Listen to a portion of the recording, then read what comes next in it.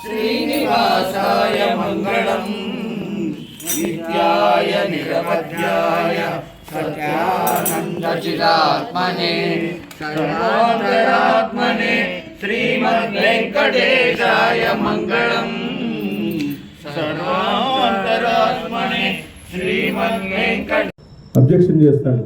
ఏమనంటే శ్రీకృష్ణునికే ప్రథమ పూజ ఎందుకు ఇచ్చినారు? ఆ విధంగా అబ్జెక్షన్ చేసి ఆయన శిశుపాలుడు ఉన్నతాసనాల నుంచి కొంతమంది రాజులతో పాటు సభాభవనం నుంచి వెళ్ళిపోతాడు. ఇది అందరూ మెచ్చుకున్నా కూడా శిశుపాలుడు మెచ్చుకోడు. తర్వాత తతో యుధిష్ఠిరో రాజా శిశుపాల మపాద్రవీత్ ఉవాచ చైనం మధురం స్వాంతపూర్వమిదం వచాహ. అంటే యుధిష్ఠిర మహారాజు శిశుపాలుని సమీపించి అనునయపూర్వకంగా మధురంగా అతనితో ఇట్లా అన్నాడు. ఎందుకబ్బా ఎందుకు కోపగించుకున్నాం అని చెప్పేసి ఆయన అనునయపూర్వకంగా మాట్లాడినాడు. మహీపాల, నువ్వు చెప్పిన మాటల విధానం యుక్తంగా లేదు, అధర్మం కూడాను. రాజా, పరుషంగా మాట్లాడటము వ్యర్థమవుతుంది. నువ్వు ఏ విధంగా శ్రీకృష్ణునికి ఇవ్వకూడదని చెప్పినావే అది అధర్మం. నువ్వు మాటల విధానం యుక్తంగా లేదు. మనం ఒకసారి మాటలు మాట్లాడే విధానం కూడా యుక్తంగా ఉండదు. అంటే ఏదన్నా వద్దు అని చెప్పినప్పుడు దాన్ని ఎందుకు వద్దు అనేది సరిగ్గా చెప్పము, వద్దు అని చెప్పేస్తాం. అంతే, దాన్ని సరిగ్గా చెప్పేటట్టుంటే వద్దు అని చెప్పాలి మనం. అది సరిగ్గా ఎందుకు వద్దు అనేది నీట్గా ఉండాలి. అదేవిధంగా రాజు పరుషంగా మాట్లాడడం వ్యర్థము. శాంతుడైనటువంటి భీష్ముడు ఉత్కృష్ట ధర్మాన్ని తెలియని వాడు కాదు. నువ్వు అతని గురించి వేరొక విధంగా భావించి అవమానించరాదు. శాంతనుడైనటువంటి భీష్ముడు ఉత్కృష్టమైనటువంటి ధర్మాన్ని తెలియని వాడు కాదు. భీష్ముడు అంటేనే ధర్మం. భీష్ముడు అంటేనే ధర్మం. ఇష్టానికి ధర్మానికి చాలా తేడా ఉంటుంది. ఇష్టం వేరే, ధర్మం వేరే. మనకి ఇష్టం వచ్చిందంత ధర్మం కాదు. శంతనునికి ఇష్టము, భీష్మునికి ధర్మం. అట్లా పాటించినారు వాళ్ళు. కాబట్టి శాంతనుడైనటువంటి భీష్ముడు ఉత్కృష్టమైన ధర్మాన్ని తెలియజేయని వాడు కాదు. నువ్వు అతని గురించి వేరొక విధంగా భావించి అనుమానించరాదు. నీకంటే పెద్దవారైన మహీపాలుడు చాలామంది ఇక్కడ ఉన్నారు చూడు. వారంతా శ్రీకృష్ణుని గౌరవించడాన్ని సహించినారు. శ్రీకృష్ణునికి ప్రథమ పూజ ఇస్తున్నారంటే నువ్వు ఒకటి తప్ప ఎవరు అబ్జెక్షన్ చేయలేడా? ఇంతమంది రాజులు ఉన్నారు, భీష్మ పితామహుడు ఉన్నాడు, ద్రౌపదుడు, అందరూ ఉన్నారు ఇక్కడ. ఎవరు కానీ అబ్జెక్షన్ చేయలేదు. నువ్వు ఎందుకు ఆ విధంగా చేసినావు? అలాగే నువ్వు కూడా సహించడం ఉత్తమము. ఎందుకంటే మెజారిటీ మనము సపోజు మనకు 100 ఓట్లు ఉన్నాయనుకోండి, 51 ఓట్లు వచ్చినోడిని మనము ఎమ్మెల్యేగా అనుకోవాల్సిందే, తప్పదు. 49 మంది వ్యతిరేకించినారు కదా అంటే 51 వచ్చినాయి కదా వాడిని. మెజారిటీ అభిప్రాయాన్ని గౌరవించాల్సిందే. నాకు ఇష్టం లేదు యాక్చువల్గా, కానీ అతను ఎమ్మెల్యే అయినాడు. అయినప్పటికీ నువ్వు ఒప్పుకోవాల్సిందే, ఎందుకంటే మెజారిటీ ఎక్కడుంది. అంతే కదా. 51 ఓట్లు ఎవరికి వచ్చినాయో వాడు విన్ అయిపోతాడు. 51 ఓట్లు ఎవరికి వచ్చినాయో వాడు విన్ అయిపోతాడు. విన్ అయినట్లే. మిగతా 49 ఓట్లే ఉండేది, ఎవరికి వచ్చినా అవే వచ్చింటాయి.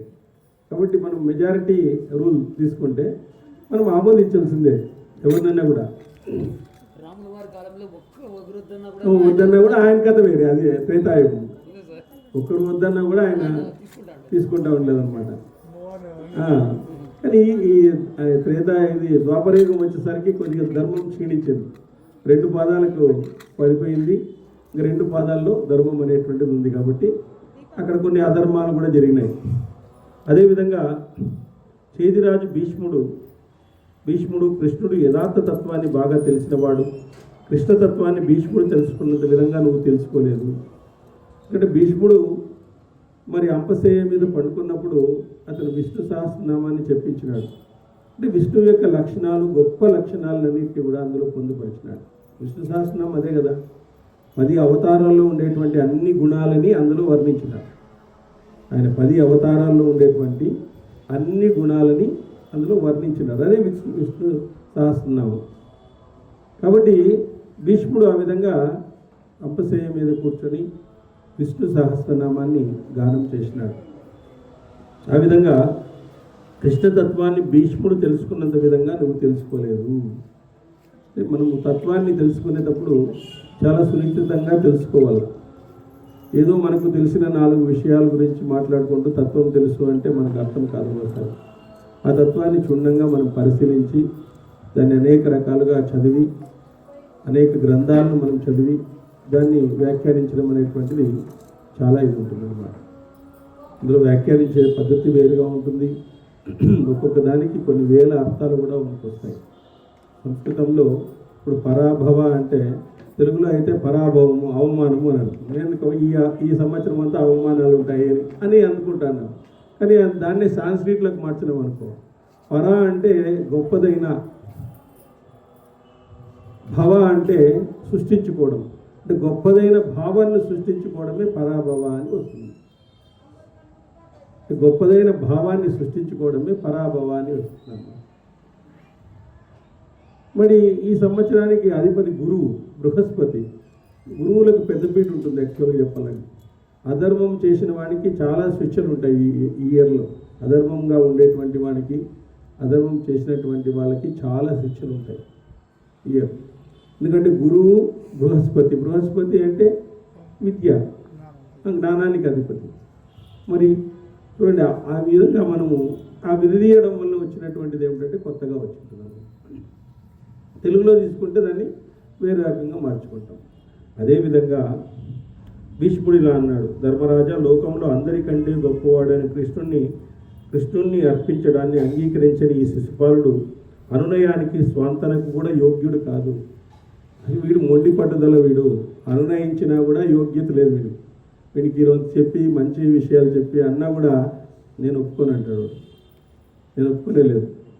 అనునయానికి కూడా కృష్ణతత్వాన్ని ఆ విధంగా అంగీకరించని ఈ శిశుపాలుడు, కొంతమంది ఏం చెప్పినా అంగీకరించరు. అట్లా వాళ్ళు ఉంటారు మనకు, మూర్ఖులు. ఏమన్నా చెప్పు, వాళ్ళకి వితండవాదం, వాళ్ళకి ఏం తెలిసలేదు. ఏమన్నా చెప్పు, ఎంత నీట్గా చెప్పినా కూడా వాడు మార్చుకోడు, ఇంకోరిని మార్చుకునేవాడు. అదే నేను పట్టిన కుందేలకు 3 కాళ్ళే అంటాడు. అది ఊరికే రాలేదు సామెతలు. ఇట్లాంటి వాళ్ళని చూసే వచ్చింటాయి అవి. కాబట్టి మనము మూర్ఖత్వంగా ఉండకూడదు. వాడు మూర్ఖుడు, శిశుపాలుడు మూర్ఖుడు. వాడికి దాపరించింది, చచ్చిపోయే ఇది దాపరించింది. మాట్లాడుతున్నాడు కృష్ణుని గురించి, విపరీతంగా మాట్లాడుతున్నాడు. అదేవిధంగా మరి ఈ శిశుపాలుడు అనునయానికి స్వాంతనకు యోగ్యుడు కాదు, యోగ్యుడు కానే కాదు వీడు. అదేవిధంగా ఆ యుద్ధంలో ఒక రాజు వేరొక రాజును జయించిన తర్వాత తన అధీనంలో ఉన్న శత్రువును విడిచిపెట్టే రాజు శత్రువుకు గురువు అవుతాడట. చూడండి, యుద్ధంలో ఒక రాజు వేరొక రాజు జయించిన తర్వాత తన అధీనంలో ఉన్న శత్రువును విడిచిపెట్టే రాజు ఆ శత్రువునకు గురువు అవుతాడు. యుద్ధంలో ఒక రాజు వేరొక రాజును జయించిన తర్వాత తన అధీనంలోకి తెచ్చుకుంటాడు. తన అధీనంలో ఉండేటువంటి ఆ శత్రువును విడిచిపెట్టే రాజు ఆ రాజుకు గురువు అవుతాడు. అంటే జయించినటువంటి రాజు అతనికి గురువు అవుతాడు. జయించినటువంటి రాజు గురువు అవుతాడు. అతను ఎట్లా చెప్తే అట్లా వినాల్సిందే, ఇంకా గురువు అవుతాడు. అదేవిధంగా ఈ క్షత్రియ సమూహంలో దేవకీనందుడైన శ్రీకృష్ణుని పరాక్రమం చేత యుద్ధంలో జయించబడిన వాడు ఒక్కడు ఉండడు. ఇప్పుడు ఇన్ని రాజ్యాలను జయించినాడు అంటే అసలు జరాసంధుని చంపడమే కృష్ణుని యొక్క పాత్ర చాలా ఉంది. కృష్ణుడు ఆ గడ్డి భోజనం తీసుకుని ఇట్లా అన్నాడు, మళ్ళీ ఇట్లా తిప్పేసి ఇట్లా అన్నాడు. అది ఆ విధంగా చేసి జరాసంధుని చంపడం అనేటువంటి జరిగింది. సూక్ష్మతత్వంతో జరాసంధుని చంపడం జరిగింది. మరి జరాసంధుని దగ్గర విడిపించినటువంటి వాళ్ళే కదా రాజులు. జరాసంధుని చంపడమే అక్కడ కీలకం. మరి అలాంటి జరాసంధుడినే చంపడం అనేటువంటి జరిగింది. ఎవరితో? కృష్ణుని యొక్క సహకారంతో. కృష్ణుని యొక్క సహకారంతో మన పరాక్రమంతో చేత దేవకీ నందుడైనటువంటి శ్రీకృష్ణుడి పరాక్రమం చేత యుద్ధంలో జయించబడేవాడు ఒక్కడు కూడా లేడు. అందరూ జయించబడిన వాళ్ళు, ఒకరు ఎదురు తిరిగిన వాళ్ళు కూడా లేరు. ఐడియా కృష్ణుడిని, డైరెక్టర్ ఆయనే, డైరెక్టర్ అంతా ఆయనే టోటల్. ఈ అచ్యుతుడు కేవలం మనకు మాత్రమే అర్చించదగిన వాడు కాదు, ఈ మహాభుజుడు 3 లోకాలకు అర్చనీయుడే. శ్రీకృష్ణుడిని పరిపూర్ణ అవతారమైన, పరిపూర్ణమైన అవతారం అంటే పరిపూర్ణమైనటువంటి గుణాలు ఉండేటువంటి వాడు. అన్ని గుణాలకు గుణాతీతుడు. గుణాలు ఉన్నప్పటికీ కూడా గుణాతీతంగా వ్యవహరిస్తుండేటువంటి వాడు. సో ఈయన ఒక లోకానికి కాదు, 3 లోకాలకి కూడా అభినందనీయుడే. 3 లోకాలు కూడా, ఈ భూలోకము, మధ్యలోకము, పైలోకము, క్రింది లోకము, 3 లోకాలు కూడా ఈయన్ని అర్చించవలసిందే. యుద్ధంలో శ్రీకృష్ణుడు చాలామంది క్షత్రియ శ్రేష్ఠులను జయించినాడు. ఈ ప్రపంచమంతా వృష్టి వంశులైన కృష్ణుని యందు పూర్తిగా ప్రతిష్టాపితమై ఉంది. వృష్టి వంశం చేతిలోనే ఈ ప్రపంచమంతా ప్రతిష్టాపితమై ఉంది.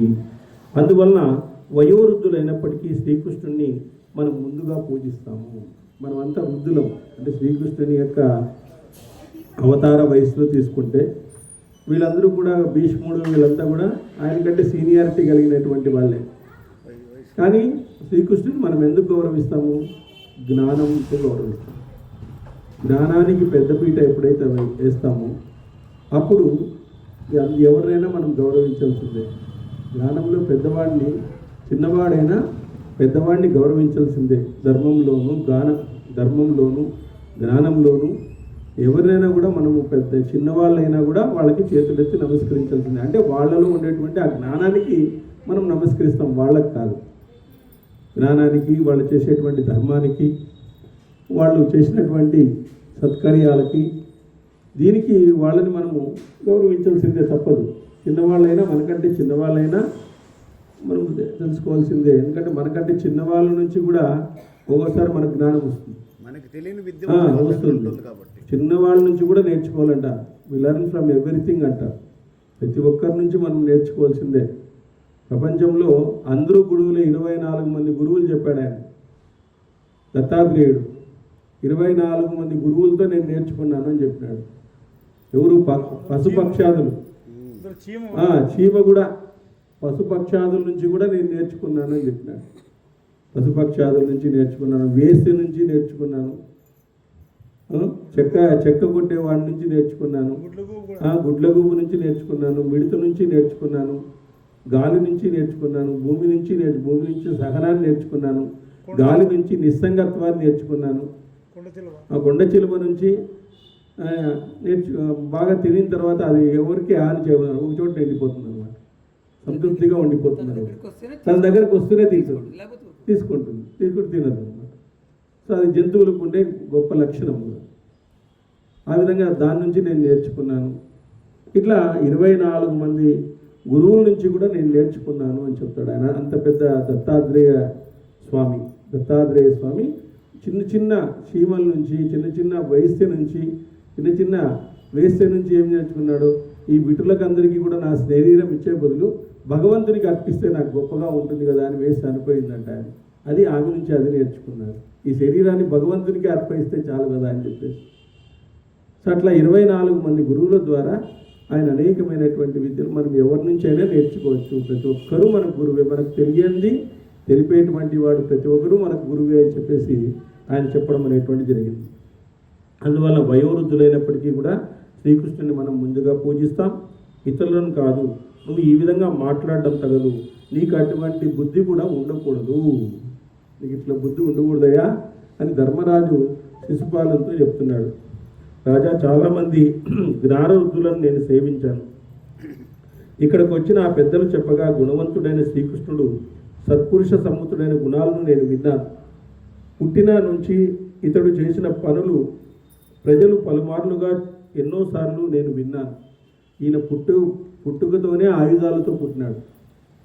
రాముడు లాంటి అమాయకుడు కాదు ఈయన, అసాధ్యుడు. పుట్టుకతోనే సంహరించినాడు ఎంతోమందిని. చిన్నతనంలోనే పూతన్ని సంహరించినాడు. ఈయన అవతారము ధర్మరక్షణ చేయడానికై, ధర్మాన్ని స్థాపించుటకై వచ్చినాడు. అంటే ధర్మాన్ని స్థాపించడానికి ఈయన వస్తే ఆయన ధర్మం అనేది ఎలా ఉంటుందో చెప్పడానికి రాముడు వచ్చినాడు. ధర్మం అనేది ఎలా ఉంటుందో అని చెప్పడానికి ఆయన వస్తే, ఈయన అధర్మాన్ని నుంచి ధర్మాన్ని సంరక్షించడానికి, ధర్మాన్ని సంస్థాపన చేయడానికి వచ్చినాడు. ఆయన వచ్చిన అవతారం వేరే, ఈయన వచ్చిన అవతారం వేరే. నరసింహ అవతారం భక్తుడు కోరిన రూపంలో వచ్చినాడు. భక్తుడు ఎక్కడ కోరితే అక్కడ రావాలా అని చెప్పేసి హిరణ్యకశిపుడు ఏమన్నాడు? అన్నిట్లో చూపించేసి ఈ స్తంభంలో ఉన్నాడా ఈ దేవుడు ఉన్నాడు. మరి అక్కడ రావాల్సిందే, రాకపోతే అబాస పాలవుతాడు. ప్రహ్లాదుడు అబాస పాలవుతాడు.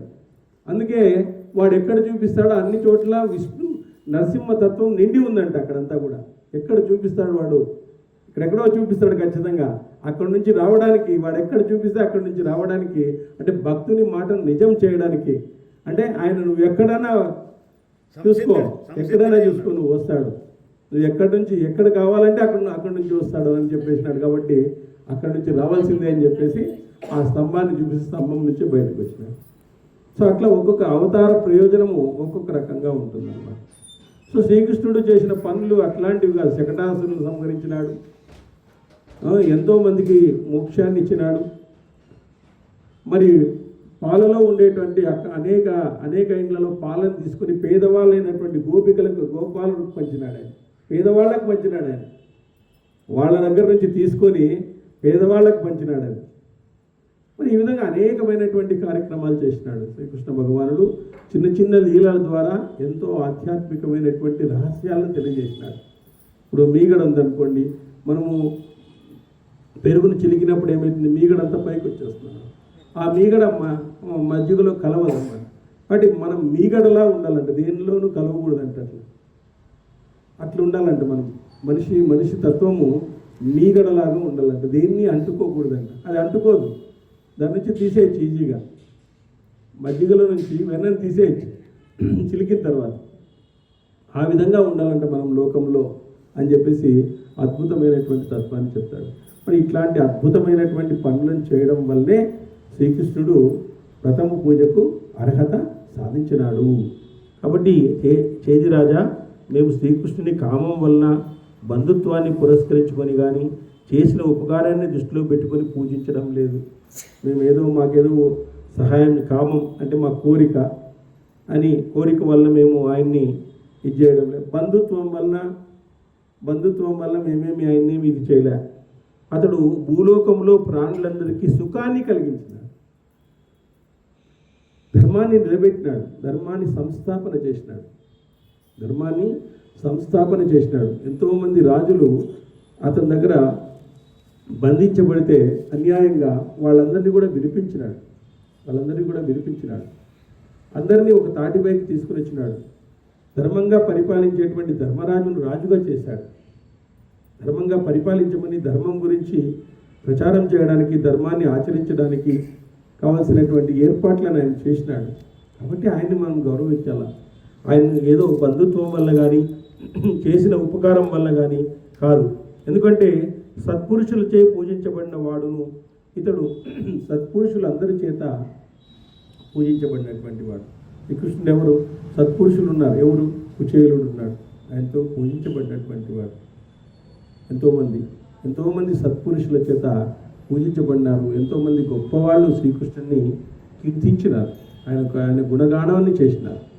మరి ఆయన గుణగానాన్ని చేయడం, సత్పురుషమైనటువంటి లక్షణాలు కలిగి ఉండడము, అదేవిధంగా సకల ప్రాణులన్నిటికీ కూడా సుఖాన్ని కలిగించినాడు. కాబట్టే మేము ఆయన్ని పూజించినాం. ఇతని కీర్తిని, శౌర్యాన్ని, విజయాన్ని తెలుసుకొని ఇతన్ని పూజిస్తున్నాం. ఇతను మామూలు వాడు కాదు. కీర్తిని చూస్తాం, శౌర్యాన్ని చూస్తాం, విజయాన్ని తెలుసుకొని ఇతన్ని పూజిస్తున్నాం. ఇక్కడ మేము పరీక్షించిన చిన్న బాలుడు కూడా లేడు. మేము అందరినీ పరీక్షించి ఫైనల్గా ఈయన్ని సెలెక్ట్ చేసినాం. అందరినీ పరీక్షించినాం. అనేక మందిలో లోపాలు ఉన్నాయి, కానీ శ్రీకృష్ణులో ఏ లోపము లేదు. మరి ఆ విధమైనటువంటి కీర్తి కలిగి ఉన్నాడు, ఆ విధమైనటువంటి గుణాలు కలిగి ఉన్నాడు. కాబట్టి ఇతన్ని శౌర్యాన్ని, విజయాన్ని, కీర్తిని చూసి మేము అతన్ని గౌరవించినాము. వయోవృద్ధులను కాదని కృష్ణుడు మిక్కిలి పూజించదగిన వాడిగా గ్రహించినాము. ఎంతోమంది ఇతనికంటే సీనియారిటీ కలిగినటువంటి వాళ్ళు ఉన్నారు. అయినప్పటికీ కూడా శ్రీకృష్ణుని పూజించడమే ఇక్కడ కర్తవ్యము, ఇక్కడ నిశ్చయము అని చెప్పేసి ఆ బ్రాహ్మణుల్లో జ్ఞానవృద్ధులు, క్షత్రియుల్లో బలాధికులు పూజించదగిన వాడు కాదా? వయస్సుల్లో ధనధాన్యాలు, శూద్రులో జన్మ వల్ల పెద్దవాడు పూజించదగిన వాడు. గోవిందీయందు పూజ్యత విషయంలో హేతువులైన విజ్ఞాన బలాలు రెండూ ఉన్నాయి. అంటే శ్రీకృష్ణునిలో ఏముంది అంటే అందరిలో ఉండేటువంటి గుణాలన్నీ ఆయనలో ఉన్నాయి. వీళ్ళ క్షత్రియుల్లో ఒక గుణం ఉంటుంది, శూద్రుల్లో ఒక గుణం ఉంటుంది, వైశ్యుల్లో ఒక గుణం ఉంటుంది, బ్రాహ్మణుల్లో ఒక గుణం ఉంటుంది. కానీ ఈ 4 గుణాలు భగవంతునిలో ఉన్నాయి. ఈ 4 గుణాలు భగవంతునిలో ఉన్నాయి కాబట్టి ఆయన మేము పూజించినాం.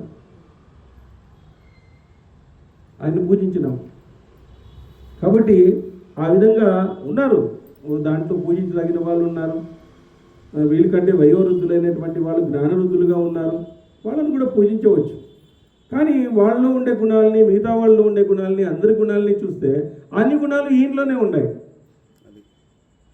One stop for all solutions అని అన్నీ ఈయన దగ్గరే ఉన్నాయి. మరి ఈయనకి ఎందుకు పూజించకూడదు? మనము పూజించాల్సిందే. వేదాంగ విజ్ఞానము అధిక బలము 2 ఇతనిలో ఉన్నాయి.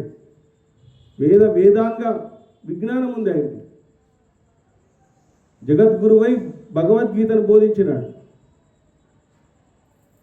చతికిల పడినటువంటి ఒక వీరత్వాన్ని ఆయనలో గుర్తు చేసినాడు. చతికిల పడినటువంటి అర్జునుడు మహావీరుడు అయిన అట్లాంటి వాడు చతికిల పడిపోయినాడు భగవద్గీత ఈ భారత యుద్ధంలో. అలాంటి వాడిని ఏం చేశాడు? కర్తవ్యం ముక్కుని చేశాడు. వేదాంగాలను తెలిసే ఆత్మతత్వాన్ని చెప్పినాడు. మరి ఎలా బ్రతకాలి, ఎలా ఆనందాన్ని సంపాదించాలి, భగవంతునికి ఎవడైతే ఇష్టడు అని చెప్పేసి అనేక రకాలుగా చెప్పడం జరిగింది. యత్కర్మ కున్వత్పరమో యద్భక్త సంగవర్జిత నిర్వైరే సర్వభూతేషు యత్మమేతి పాండవ అంటాడు ఆయన ఒక చోట. నాకు ఎవడయ్యా ఇష్టడు అంటే యత్కర్మ కున్వత్పరమో, ఎవడైతే కర్తవ్య కర్మలను నాకు అర్పించేటువంటి వాడు, యద్భక్త సంఘవర్జిత, ఎవడైతే సంఘాన్ని వదిలేసేటువంటి వాడు, లౌకికమైనటువంటి విషయాలను మాట్లాడేటువంటి సంఘాన్ని వదిలేసేటువంటి వాడు,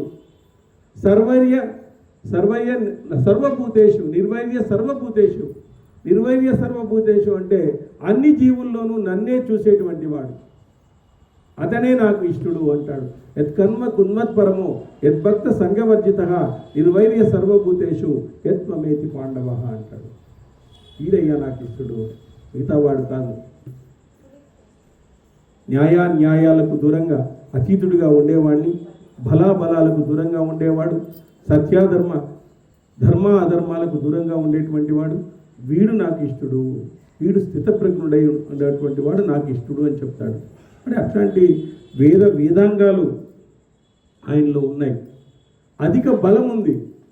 అధిక బలం చిన్నతనంలోనే సెక్రటార్ని చంపేసి బండి మీద కూర్చొని బండిని ఇట్లా కాలుతో అంటే పైకి వెళ్ళిపోయింది. అది సెక్రటార్ అనేటువంటి రాక్షసుడు బండి మీద కూర్చున్నాడు. వాడు కాలుతో ఇట్లా అన్నాడు, అంతే పైకి వెళ్ళిపోయింది. అది కనబడలే మళ్ళీ బండి. గోవర్ధనగిరి ఎత్తిండేది చిటికిన వేలుతో ఎత్తినటువంటిది. మరి అంటే అందుకే మనం ఆధ్యాత్మికతలో చెప్తారు, రాముడు చేసింది చేయాలంట, కృష్ణుడు చెప్పింది చేయకూడదంట. మనం చెప్పింది వినాలంతే, అది చేసే పోకూడదు మనం. రాముడు చెప్పింది మనం వినొచ్చు, కృష్ణుడు చేసింది మనం చేయలేము. చేయొచ్చు, చేయకపోకూడదు మళ్ళీ. ఎందుకంటే అతను భగవంతుడి రూపం, అది డైరెక్ట్గా భగవంతుడు అని చెప్పుకున్నాడు ఆయన. పవిత్రాణాయ సాధునాం వినాశాయ చతుర్థం ధర్మ సంస్థాపనార్థాయ సంభవామి యుగే యుగే, నేను వస్తానే ఉంటాను. రాముడు అట్లా చెప్పుకోలేదు, నేను మానవుడే అని చెప్పినాడు. నేను అనేక మంది అడిగినారు, నేను మానవుణ్ణే, దశరథాత్మజం, నేను దశరథుని యొక్క పుత్రుణ్ణే, నేను దైవాంశ సంభూతుని కాదు అని చెప్పినాడు. నేను దైవాంశ సంభూతుని కాదు అని చెప్పేసి ఆయన చెప్పడం అనేటువంటి జరిగింది. రామం దశరథాత్మజం అన్నాడు, రామం దశరథాత్మజం అని చెప్తున్నాడు. కాబట్టి అంటారు భూమండలాన్ని వరారూపం ఇచ్చిన వానికి గోవర్ధనగిరి ఏ లెక్కన, అదే కదా. మరి సృష్టిలో తొలిసారిగా జన్మం ఇచ్చిన తల్లిదండ్రులని చెరసాల నుంచి విడిపించినది ఏకైక దేవుడు ఆయనే. మరి అమ్మ ప్రేమ కోసం వచ్చినాడు ఆయన. అమ్మ ప్రేమ కోసము, ఆ ప్రేమ ఎట్లుంటుందో చూడాలని చెప్పేసి అవతారాన్ని తీసుకున్నాడు. మరి అట్లాంటి అవతారంలో ఉండేటువంటి వాడు, అధిక బలం ఉంది, వేదాంగ విజ్ఞానం ఉంది ఆయన. జ్ఞానము అంటే తెలుసుకునేది, విజ్ఞానము అంటే దాన్ని ఆచరించేది. దాన్ని ఆచరించేదాన్ని విజ్ఞానము అంటారు, తెలుసుకునేదాన్ని జ్ఞానము అంటారు. కాబట్టి ఆ విధంగా దానము, సామర్థ్యము, శాస్త్ర విజ్ఞానము, శౌర్యము, లక్ష్య, కీర్తి, ఉత్తమ బుద్ధి, వినయం, సంపద, ధైర్యం, సంతోషం, బలం, ఈ గుణాలన్నీ నిత్యము కృష్ణునిలో ఉన్నాయి. చూడండి, ఆయనలో ఉండే గుణం ఏమి? దానం. తనకు వచ్చిందంతా దానం చేసేసాడు. ఏది వెన్న తీసుకునేస్తే వెన్న అందరికీ పనిచేసేది, ఏది దొరికితే అది గోపాల బాలులకి పంచుతూ ఉంటాడు ఆయన. అది దానం. అంటే ఏది కూడా అతను పెట్టుకోడు అనమాట. అదేవిధంగా సామర్థ్యం చూస్తావా, ఆయనకి 8 సంవత్సరాల్లోనే పూతన సంహారం చేశాడు. పూతన సంహారం మూడేండ్లలోనే పూతన సంహారం చేశాడు. మరి శాస్త్ర విజ్ఞానం అంటావా, భగవద్గీతను బోధించినాడు. శౌర్యం అంటావా, కంసున్నే జయించినాడు. అదేవిధంగా లజ్జ, గోపికలతో అతను సిగ్గును ప్రదర్శించినాడు. నెక్స్ట్ కీర్తి కలిగి ఉన్నాడు.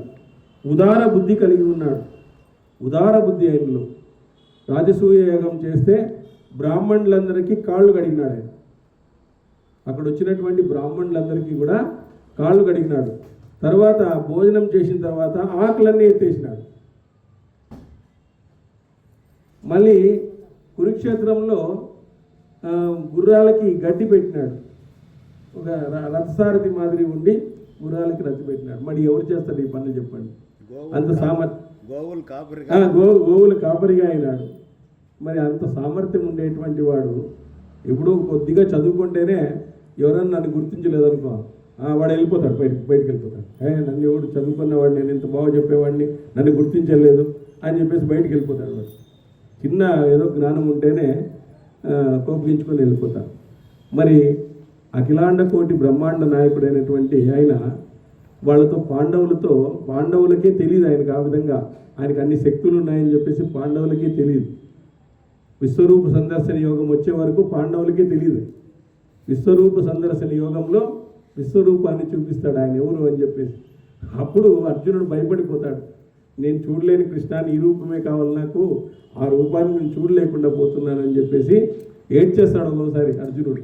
అయ్యో నువ్వు ఇంత గొప్పవాడివా నువ్వు అని చెప్పేసి అప్పుడప్పుడు వేస్తాడు. నువ్వు సూర్యుడికి చెప్పినావు అంటావు, ఆయనకి చెప్పినానంటావు, అసలు నువ్వు పుట్టిండేది ఎప్పుడు, సూర్యుడు పుట్టిండేది ఎప్పుడు, ఇదేమి కాంట్రవర్సీ ఉంది అని అనేక క్వశ్చన్స్ చేస్తాడు. భగవద్గీతలో అనేకమైనటువంటి క్వశ్చన్స్ చేస్తాడు. అంతవరకు మిత్రుడుగానే ఉంటాడు. విశ్వరూప సందర్శన యోగంలో చూపిస్తాడు. అప్పుడు భగవంతుడని తెలుసుకుంటారు వాళ్ళు.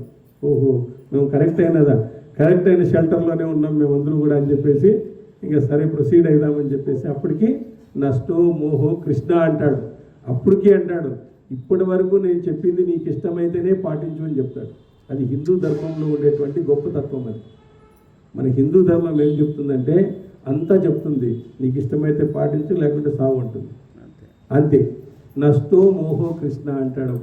స్వామి నువ్వు చెప్పినటువంటి వేదాంగాలు అన్నీ కూడా నాకు మోహాన్ని తీసేశాయి. ఇప్పుడు నాకు ఏ మోహము లేదు, నాకు కర్తవ్యం అనేటువంటిది ఉంది.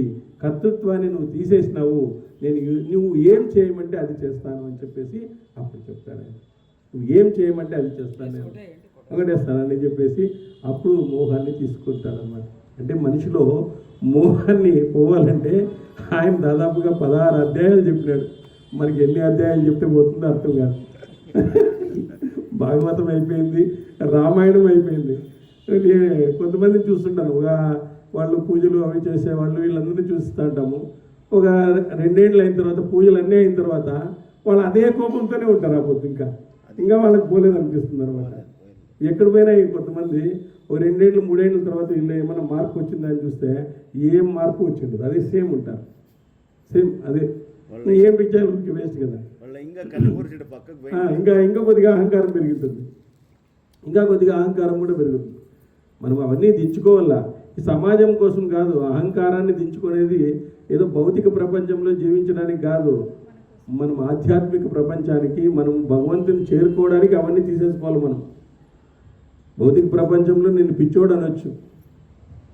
పురంధరదాసుని రాళ్ళతో కొట్టినారు చాలామంది, రమణ మహర్షిని రాళ్ళతో కొట్టినారు. ఎవరో పిచ్చాయి నేను వచ్చేసినాడు అని చెప్పి. ఆయన ఏ రోజు బాధపడలేదే. నేను వచ్చిన లక్ష్యం వేరే, వానికి ఏం అర్థమైంటుంది? వానికి ఏం అర్థమైంటుంది? పురంధరదాసు 9 కోట్లను దానం చేసేసినాడు ఆయన తీసుకొని. భగవంతుడు ఆయనకి ప్రేరేపించినాడు. మరి భగవంతునికి ఇష్టమైనాడు కాబట్టి ఆయన ప్రేరేపింపబడ్డాడు. కాబట్టి ఆయన మాట మాట్లాడితే సంగీతం, ఆయన ఏం మాట్లాడితే అది పాట అయిపోయింది. కాబట్టి మనము భగవంతుని యొక్క దృష్టిలో పడాలా, భగవంతుని యొక్క దృష్టిలో పడాలా. భగవంతుడు మనల్ని మెచ్చుకోవాలి. మన కర్మను చూసి ఆయన మెచ్చుకునే విధంగా చేయాలా. మనం ఏం చేసినా భగవంతుని మెచ్చే విధంగా చేయాలా, లోకం మెచ్చే విధంగా చేయకూడదు. భగవంతుడు మెచ్చినాడు అంటే లోకం మెచ్చిని మెచ్చకపోని ప్రాబ్లం ఏం లేదు. అలా భగవంతుడు మెచ్చుకుంటే చాలు. అది ఒక సెల్ఫ్ ప్యూరిటీగా మనం ఏమీ ఆశించకుండా చేస్తే ఆయన మనకు ఇచ్చేస్తాడు. ఏ కర్మనన్నా చేస్తా అన్నాం అనుకోండి, ఏమీ ఆశించకూడదు దాని నుంచి. మనం ఏమీ ఆశించకూడదు. స్వామి ఈరోజు నాకు అవకాశం ఇచ్చినావు భారతం చదివేదానికి, నువ్వు స్పృశించినటువంటి ఏవైతే నువ్వు గుర్తుకు తెస్తావో ఆ విషయాన్ని నేను ఇక్కడ చెప్తాను, అంతవరకు ఉండాలి దాన్ని. అంతకంటే దాన్ని ఎక్కువగా మనం పూసుకోకూడదు. మనమే చెప్తాము, మనం లేకుంటే జరగదు, మనం లేకుంటే కూడా జరుగుతుంది, ఎవరెవరు చెబుతారు, దానికి తప్పేముంది? అదే కదా. కాబట్టి అట్లా అనుకోకూడదు. దాన్ని మనము మళ్ళీ దాన్ని పూసుకోకూడదు. మేమే చెప్పాలా, ఎవరు చెప్పకూడదు, అట్లా మనం పూసుకోకూడదు. ఎప్పుడైతే అట్లా పూసుకుంటామో అయిపోయాం, మనకి దాని మీద కర్తృత్వం వచ్చేస్తుంది. మనకి కర్తవ్య భావన ఉండాలి. మనం రేపొద్దున మీరే మేమే చెప్పే కాయలేదు అట్లుంటుంది పరిస్థితి. అట్లని మనం ఎప్పుడు కూడా తలుచుకోండి. మనకు అవకాశం ఇచ్చినప్పుడు భగవంతుడు ఇచ్చినటువంటి జ్ఞానాన్ని ఉపయోగించి 4 విషయాలు చెప్పడం వల్ల మనకు సంతోషం కలుగుతుంది, ఆ భగవంతునికి సంతోషం కలుగుతుంది, విన్నవాళ్ళకి సంతోషం కలుగుతుంది, వాళ్ళలో కూడా మార్పు అనేటువంటిది వస్తుంది, మనలో కూడా మార్పు అనేటువంటిది వస్తుంది. ఇంకా ఉంటే అట్లా ఆ భావనతో మనం చేయాలి. దేవుని పూజను దేవుడవై చెయ్యి అంటుంది శాస్త్రం. దేవుని పూజను దేవుడవై చెయ్యి, దేవుడవై చెయ్యి, భక్తుడవై చేయొద్దు, దేవుడవై చేయమని చెప్తుంది శాస్త్రం. కాబట్టి ఆ విధంగా మనం ఏది ఇచ్చినా భగవంతుడు మనకి ఏది ఇచ్చినప్పటికీ కూడా, నేను ఎప్పుడు మా జీవితంలో ఏదో ప్రవచనం చెప్తారని నేనే ఊహించలేదు ఏ రోజు కూడా. అది భగవంతుడు నాకు ఇచ్చినారు, అది మనం చెప్తాం అంతే. అట్లా ఆ విధంగా మీరందరూ ఎవరెవరో ఎక్కడెక్కడ పుట్టిన వాళ్ళం మరి మనం అందరూ ఒక చోట కలిసినామంటే అది కూడా గొప్ప అదృష్టమే. ఇప్పుడు ఏడన్నా ఒక సత్సంగాలు కలిస్తే ఆ ఇంటోళ్ళు కొంతమంది ఆ సత్సంగంలో కలుస్తారు, ఈ ఇంటోళ్ళు కొంతమంది ఈ సత్సంగంలో కలుస్తారు. ఈ సత్సంగంలో ఆ ఇంటోళ్ళు ఉండరు, ఈ సత్సంగంలో ఆ ఇంటోళ్ళు ఉండరు, ఆ సత్సంగంలో ఈ ఇంటోళ్ళు ఉండరు. కానీ మనకు అదృష్టం, అందరూ మనమే ఉన్నాం ఇందులో, మొదటి నుంచి మనమే ఉన్నాం. ఇది సత్సంగం అంటే ఒకే రకమైనటువంటి ఏకరీతిగా సాగేటువంటి ఆలోచన పరంపర ఉండేటువంటి వ్యక్తులు ఒక చోట కలిసి ఉంటే దాన్ని సత్సంగము అంటారు. ఏకరీతిగా ఒకే ఆలోచన కలిగినటువంటి వ్యక్తి, మనమందరూ కూడా ఒకటే ఆలోచన కలిగినటువంటి వాళ్ళం. ఒకటే ఆలోచన అంటే ఇట్లాంటి గ్రంథ పఠనం పట్ల మిక్కిలిగా ఉత్సాహాన్ని చూపేటువంటి వాళ్ళం. కాబట్టే ఈరోజు మనమందరూ కూడా ఒకటే చోట కలుస్తున్నాము, ఒకటే చోట దీన్ని చేస్తున్నాము. అది ఇప్పుడు వేరే సత్సంగాలు తీసుకోండి, అక్కడ ఉండే వాళ్ళు అక్కడ కలుస్తారు, ఇక్కడ ఉండే వాళ్ళు ఇక్కడ కలుస్తారు, వాళ్ళకి వీళ్ళకి కనెక్షన్ ఉండదు. నువ్వు పోయింటివా, నేను పోలేదే అంటారు, మా సందులో జరగలేదంటారు. అట్లా అనమాట. అది వేరే రకంగా ఉంటుంది. కాబట్టి ఆ విధంగా ఉంటుంది అనమాట. కాబట్టి ఇక్కడ ఉత్తమ బుద్ధి ఉంది, వినయం ఉంది, సంపద ఉంది, ధైర్యం ఉంది. ధైర్యం అంటే ఏమి? ఏ మార్పు కావాలో ఆ మార్పు చేయగలుగుతాడు భగవంతుడు. ఇప్పుడు ధైర్యం అంటే ఏమి? మన లోపల మారుకోకుండా బయట మార్చేస్తాడు భగవంతుడు కావాలంటే. ఆ విధంగా ధైర్యాన్ని, సంతోషం ఉంది, బలం ఉంది, ఒక్కడే చాలు ఏదైనా చేయడానికి. ఆ విధంగా నిత్యము సంతోషం ఉంది, అందులో ధైర్యం ఉంది, సంతోషం ఉంది. ఇట్లాంటి గుణాలు ఎవరిలో ఉంటాయి? అందరిలో ఈ గుణాలు ఉన్నాయి, అన్నీ లేవు ఒక గుణాల్లో. అది మాకు ప్రాబ్లం వచ్చిండేది. ధర్మరాజు అంటున్నది ఏమిటంటే ఈ గుణాలు అందరిలో ఉన్నాయి, దీంట్లో ఒక 8 గుణాలు చెప్పింటే ఆయనలో 4 ఉన్నాయి, ఈయనలో 4 ఉన్నాయి, కృష్ణుడిలో 8 ఉన్నాయి అంటాడు ఆయన. కృష్ణుడిలో 8 గుణాలు ఉన్నాయి, అందువల్ల ఆయన మనకు ప్రథమ పూజకు అర్హత సాధించినాడు అని చెప్తాడు. సకల గుణ సంపన్నుడు, తండ్రి, గురువు, పూజనీయుడు, అన్ని విధాల పూజించదగిన వాడు అయినటువంటి శ్రీకృష్ణ భగవాన్ని పూజించినాం. అందువలన రాజులంతా దీన్ని సహించాలి, దీన్నంతా కూడా సహించాలి. ఋత్వికుడు, గురువు, ఆచార్యుడు, స్వాత్వికుడు, రాజు, మాకు ప్రియుడు, మిత్రుడు అన్నీ కూడా ఈ శ్రీకృష్ణుడే. అందువల్ల మేము పూజించినాం. ఆయన ఇట్లాంటి వాడు ఋత్వికుడు. ఆయన గురువు. మాకు గురువు అంటే ఎన్నో విషయాలను తెలియజేసినటువంటి వ్యక్తి, ధర్మాధర్మాల గురించి ఆత్మతత్వాన్ని గురించి తెలియజేసినటువంటి వ్యక్తి, ఆచార్యుడు, సాత్వికుడు, ముందుగా ఊహించగలిగినటువంటి వాడు, ఏదన్నా కూడా విపత్తును ఊహించగలిగినటువంటి వాడు. ఎట్లా జరాసంధుడిని ధర్మరాజు రాజసూయగం చేయాలా అని చెప్పేసి రెడీ అయిపోతా అంటే అప్పుడు వచ్చినాడు శ్రీకృష్ణుడు.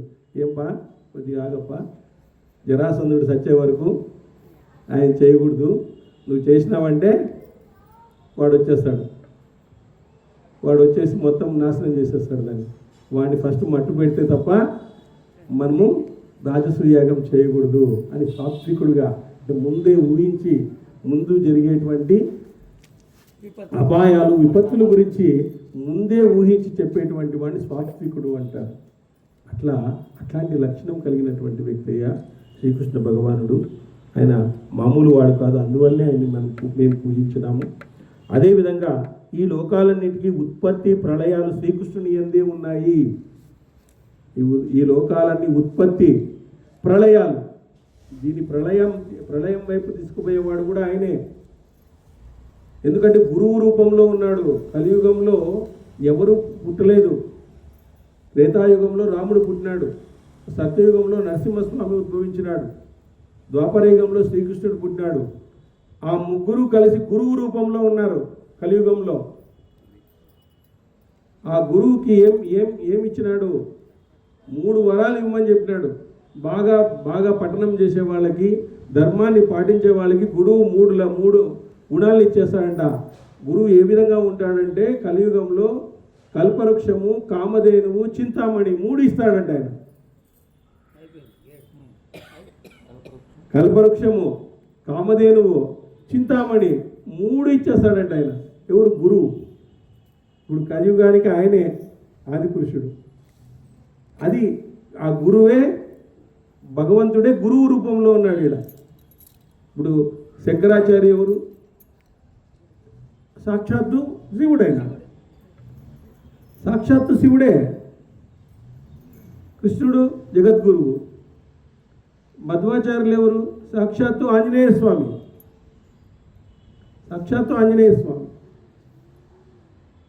రామానుజాచార్యులు ఎవరు? సాక్షాత్తు లక్ష్మణుడు ఆయన. మరి వాళ్ళే గురువులుగా ఉన్నారు. కాబట్టి గురువులే కలియుగాన్ని నడిపించేటువంటి వాళ్ళు. కాబట్టి ఆ విధంగా ఈ కాలంలో ఉత్పత్తి కావాలన్నా, ప్రళయం కావాలన్నా భూమి అంతా పోయి మళ్ళీ సముద్రంలోకి కలిసిపోతుంది, సముద్రం అంతా పోయి అగ్నిలోకి కలిసిపోతుంది, అగ్ని అంతా పోయి వాయువులోకి కలిసిపోతుంది, వాయువు అంతా పోయి ఆకాశంలోకి కలిసిపోతుంది. అదే ప్రళయం. నాశనం చేసేవాడు అదే ఆయనే. నాశనం చేసేవాడు ఆయనే, ఉత్పత్తి చేసేటువంటి వాడు ఆయనే. ఆయన ఏ ఆత్మను కావాలంటే ఆ ఆత్మను ఉద్ధరిస్తాడు ఆయన. ఆయన ఏ ఆత్మను కావాలంటే ఆ ఆత్మను ఉద్ధరిస్తాడు. మగత సత్యయుగానికి తీసుకుపోతాడు, వాళ్ళని మహోన్నత జన్మలోకి తీసుకుపోతాడు.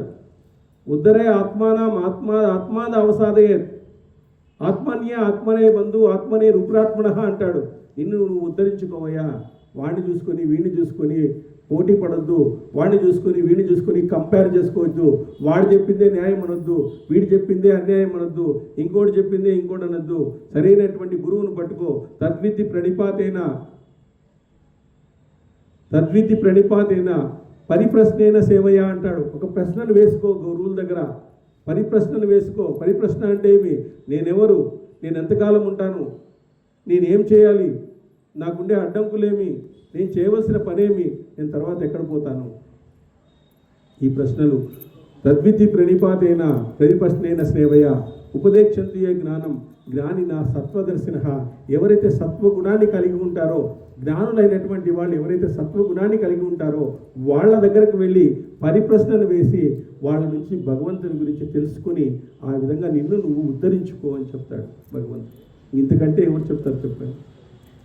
సత్వగుణంలో ఉండేటువంటి గురువుల దగ్గరికి వెళ్ళి ఉద్ధరించుకో, నిన్ను నువ్వు ఉద్ధరించుకో అని చెప్తాడు. మరి అట్లాంటి అద్భుతమైనటువంటి భగవద్గీత వ్యాఖ్యానాన్ని చెప్పినటువంటి శ్రీకృష్ణ భగవానునికి మన ప్రథమ పూజ మేము ఇచ్చినామయ్యా, నీకు కాదు ఇచ్చేటువంటిది అని చెప్తాడు. కాబట్టి ఈ లోకాలన్నింటిలో ఉత్పత్తి ప్రళయాలు కృష్ణుని యందే ఉన్నాయి. ఆయనే కృష్ణబిలం అని చెప్పేసి మనకు ఆకాశంలో ఉంది. కృష్ణావతారం అయిన తర్వాత ఆ కృష్ణబిలంలోకి కృష్ణుడు వెళ్ళిపోయినాడంట. అట్లాంటి కృష్ణులు 100 మంది కృష్ణులు ఉన్నారంట అందులో. మరి ఆయన కాక ఇంకెవరు ఉంటారు? సో శ్రీకృష్ణుడు ఈ చరాచరాలతో నిండి ఉన్న విశ్వము ఈ శ్రీకృష్ణుడి కొరకే ఉంది. ఈ విశ్వం అంతా సృజించినటువంటి వాడు ఆయనే.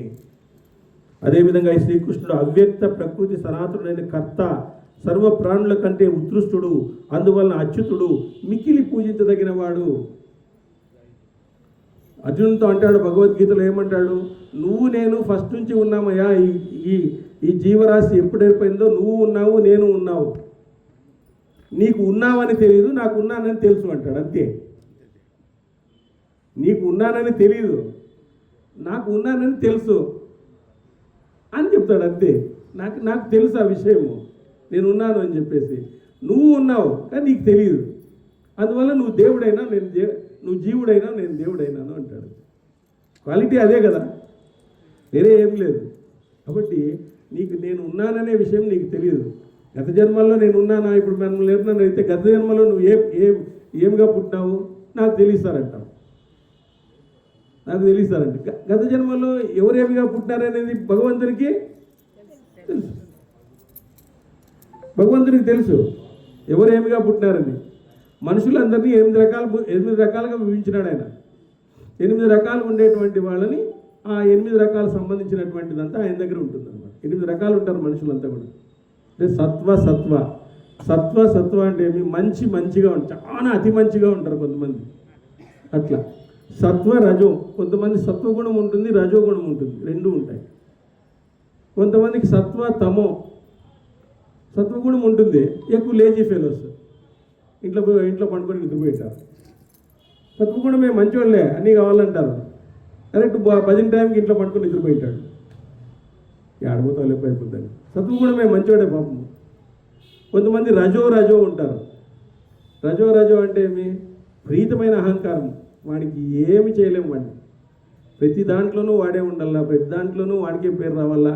పక్కనోళ్ళకి వస్తే సహించడం, ఇష్టానుసారం తిట్టేస్తాడు కావాలంటే. కొంతమందికి తమో ఉంటుంది. తమో అంటే కుంభకర్ణుడు. వాడికి మామూలుగా నిద్రపోతారు తమో గుణముల్లో.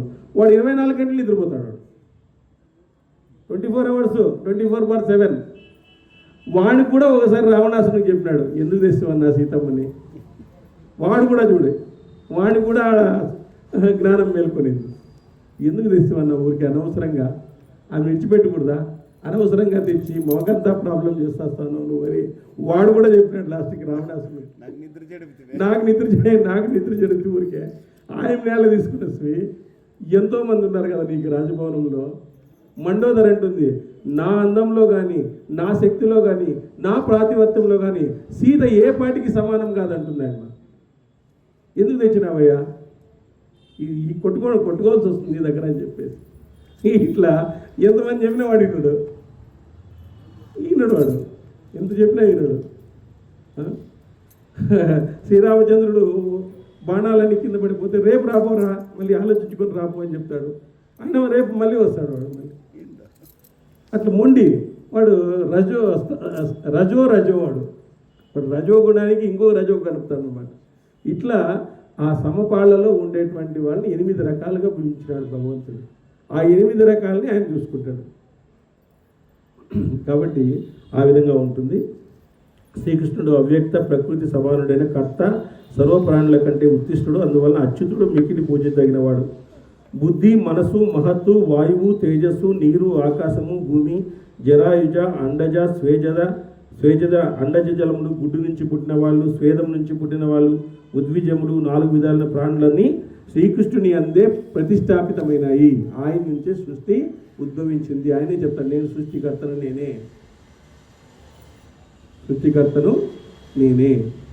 అని చెప్పి భగవద్గీతలో చెప్తాడు. నేనే అని చెప్పుకుంటాడు. ఆ విధంగా అన్నీ ఆయన నుంచి ఉద్భవమైనాయి. సూర్యుడు, చంద్రుడు, నక్షత్రాలు, గ్రహాలు, సిక్కులు, 10 దిక్కులు సూర్యుని అందే ఉన్నాయి. ఆయన కృష్ణుని అందే ఉన్నాయి. వేదాల్లో అగ్నిహోత్రము, ఛందస్సులో గాయత్రి, మనుషుల్లో రాజు, జలాశయాల్లో సముద్రము, నక్షత్రాల్లో చంద్రుడు, తేజస్సుల్లో సూర్యుడు, పర్వతాల్లో మేరువు, పక్షుల్లో గరుడు, నేనే గరుడుని అని చెప్తాడు ఒక చోట. నేనే ఏకాదశిని అని చెప్తాడు. నేనే గరుడుని, నేనే ఏకాదశిని, నేనే సూర్యుణ్ణి. ఇదే విధంగా అన్ని వైపులా వ్యాపించిన దేవ లోకముతో సహా అన్ని లోకాలు కూడా శ్రీకృష్ణుని అందే ఉన్నాయి. ఆ తర్వాత సమయోచితమైన విని బుద్ధివంతుడైనటువంటి యుధిష్ఠుడు భీష్మునితో మళ్ళీ ఇలా పలికినాడు. ఇలా శ్రీకృష్ణుని గురించి అనేకమైనటువంటి గుణగణాలను ఈరోజు మనము ద్వితీయ విఘ్నం కాకుండా మనమందరూ కూడా తెలుసుకున్నాం.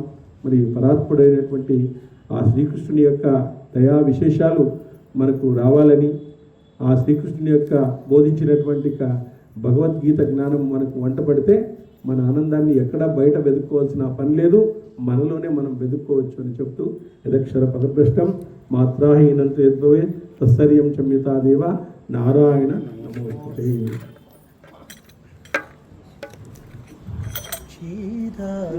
కన్యకకు శ్రీ మహాలక్ష్మికి నీరజాలయమునకు నీరాజనం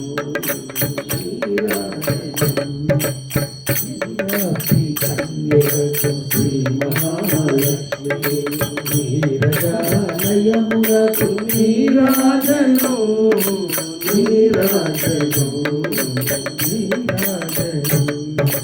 జలజాక్షి మోమునకు చక్కవకు చందులకు జలజాక్షి మోమునకు చక్కవకు చందులకు జలకొండ కపూర నీరాజనం అలివేణి తురుమునకు అష్టకమలంబులకు అలివేణి తురుమునకు అష్టకమలంబులకు నిలువాణిక్యముల నీరాజనం నిలువాణిక్యముల నీరాజనం నీరాజనం నీరాజనం శ్రీరాజి కన్నకకు లయమునకు నీరాజనం నీరాజనం నీరాజనం చరణకి లయములకు సఖియరంగోరులకు చరణకి లయములకు సఖియరంగోరులకు నిరతమగు ముత్తేయ నీరాజనం హరిని జగనంబునకు అధిపతి జనాభిని హరిని జగనంబునకు అధిపతి జనాభిని నిరతి నావరణ నీరాజనం నిరతి నావరణ నీరాజనం నీరాజనం నీరాజనం శ్రీరాత్రి కన్యకకు శ్రీ మహాలక్ష్మికి లయమునకు నీరాజనం నీరాజనం నీరాజనం అగటు శ్రీ వెంకటేశు పట్టపు రాణి అయి అగటు శ్రీ వెంకటేశు పట్టపు రాణి నెగడు సది కళలకు నీరాజనం జగతి గలమే మంగ చక్కదనమునకెల్ల జగతి గలమే మంగ చక్కదనమునకెల్ల దిగడు దిగ శోభనపు నీరాజనం జగతి గలమే మంగ చక్కదనమునకెల్ల దిగడు దిగ శోభనపు నీరాజనం నీరాజనం నీరాజనం శ్రీరాత్రి కన్నకకు శ్రీ మహాలక్ష్మి నీరజాలయమునకు నీరాజనం నీరాజనం నీరాజనం నీరాజనం నీరాజనం